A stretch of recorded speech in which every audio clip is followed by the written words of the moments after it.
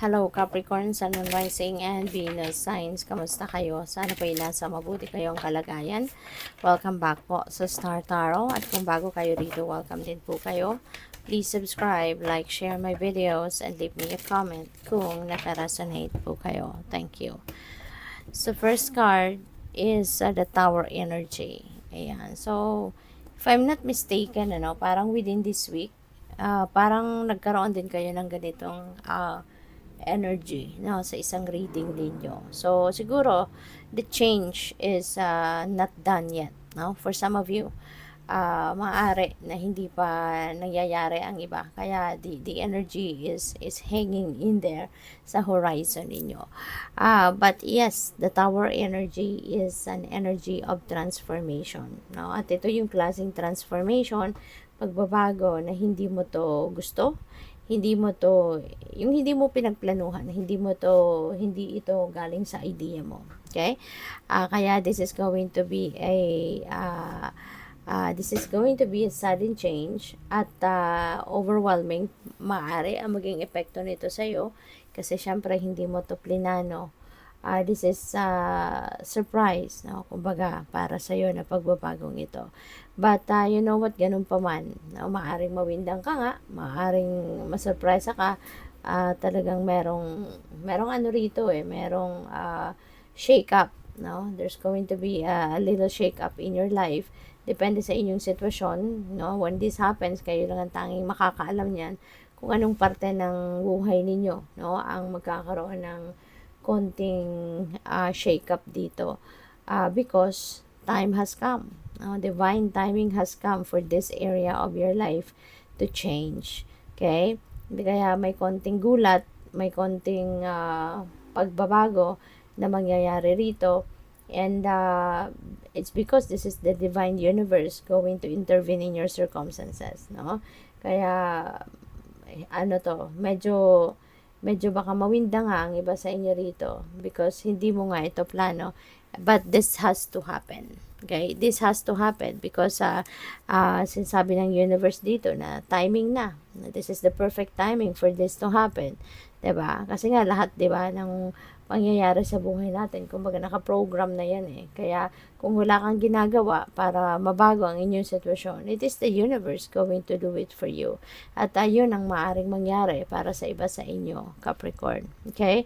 But just hang in there. Okay? Kung apektado kayo ng ganitong sitwasyon, just hang in there. At alalahanin ninyo na lahat naman ng nangyayari, may dahilan yan. There is a specific and valid reason for that. Kaya yan ay nangyayari.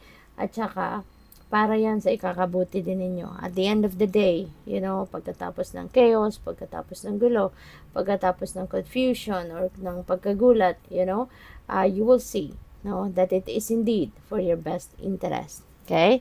Kaya huwag kayong magagalit, huwag kayong magtatampo sa divine universe. So, we have the Empress. Ayan, so napakaganda. Empress is a beautiful energy, lalo-lalo na pagdating sa money, career, and finances. Kasi si Empress is a prosperous and abundant energy. Okay? So, magkakaroon kayo ng prosperity, magkakaroon kayo ng abundance. Meron dito mga perang dadating. It could be a financial blessings, pwedeng cold cash ang dadating sa inyo, or it could be an opportunity, para magkaroon kayo ng pera. It could be an opportunity para magkaroon kayo ng abundance and prosperity. Okay? So, for others of you naman, this could be the time na baka magiging parents na kayo or parent, o pwedeng kayo ay magiging brand new dad, or pwedeng kayo magiging brand new mom, So, congrats sa inyo.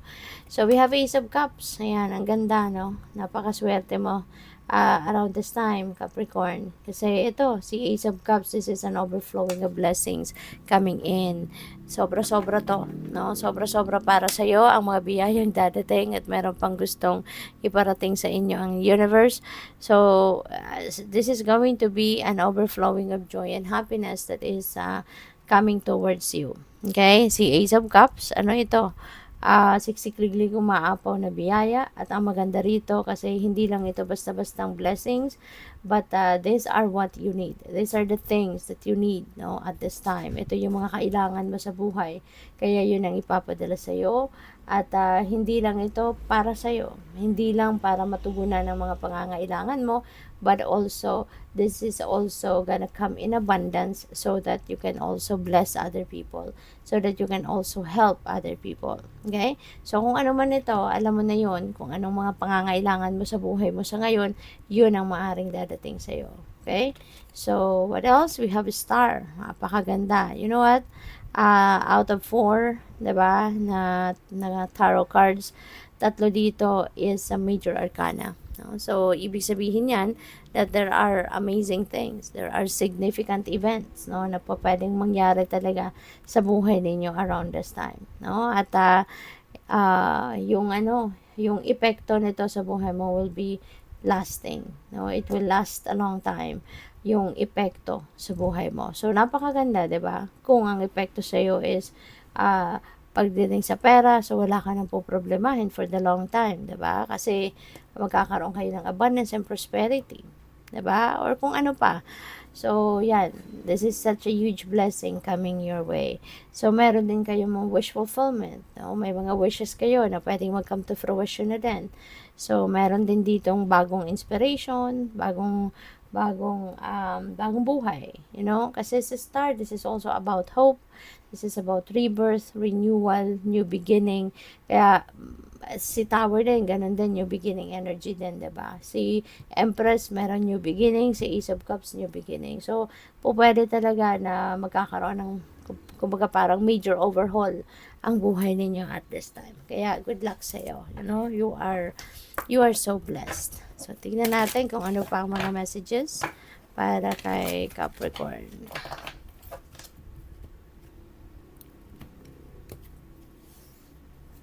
So, we have magical gateway. Ayan. So, there is a new beginning here as well. It takes courage and trust to venture into the unknown. Yet, this is where the greatest rewards are. It's time to step boldly forward without looking back. Diba? Merong opportunity dadating, merong magbubukas na bagong pinto sa inyo, katulad na sinasabi na star, na there is a new beginning coming in. So, ito na yon. At kung ano man ito, you know, this is something na pwedeng uncharted territory ito para sa'yo. This is something na magsisimula, or this is something na you've never done before, you've never experienced before, kaya kumbaga uncharted territory ito para sa'yo. But lalabas ka na, no, sa inyong comfort zone. You're going to try to venture out sa isang bagong lugar, pwedeng ganon, or totally different job, 'di ba? Na maaring hindi ito yung nakasanayan mong trabaho, hindi ito yung pinag-aralan mo, pwedeng ganon, no? But you are ready. You will be ready to embrace something new in your life. At ito yon. At marami kang matututunan dyan. Kasi, 'di ba, kung nasaan tayo nagiging uncomfortable, kung saan tayo napupunta sa mga sitwasyon na hindi pa natin nasubukan, 'di ba? Mas doon tayo nag-grow, doon tayo umaasenso, 'di ba? So, we have music. Listen carefully, for there may be a message in the music you hear. Music can lift your soul, rekindle memories, and charm fairies to your door. So, pay attention kayo sa mga sa music na napapakinggan ninyo. Pay attention kayo sa lyrics, no? Sa mga lyrics na naririnig or maririnig ninyo, baka kasi nandoon ang sagot sa iyong mga dasal. Baka nandoon yung sagot sa dasal mong enlightenment or clarity, 'di ba? Or clear direction. So, it could be there. Kaya kailangan na makinig kayong maigi, maayos, kumbaga, okay? Para na maano ninyo ito, ma-pick up ninyo kung anong mensahe para sa inyo ng universe, okay? Kasi siguro, mahilig talaga kayo sigurong kumanta, or mahilig kayo makinig sa music, yung ganun. So, kaya dyan idadaan, sa music na papakinggan ninyo ang mensahe para sa'yo. So, we have come together. Fairies like to be busy, and a group of them is showing you that many hands make light work. working as a team helps get the job done. Ayan. So, may teamwork, no?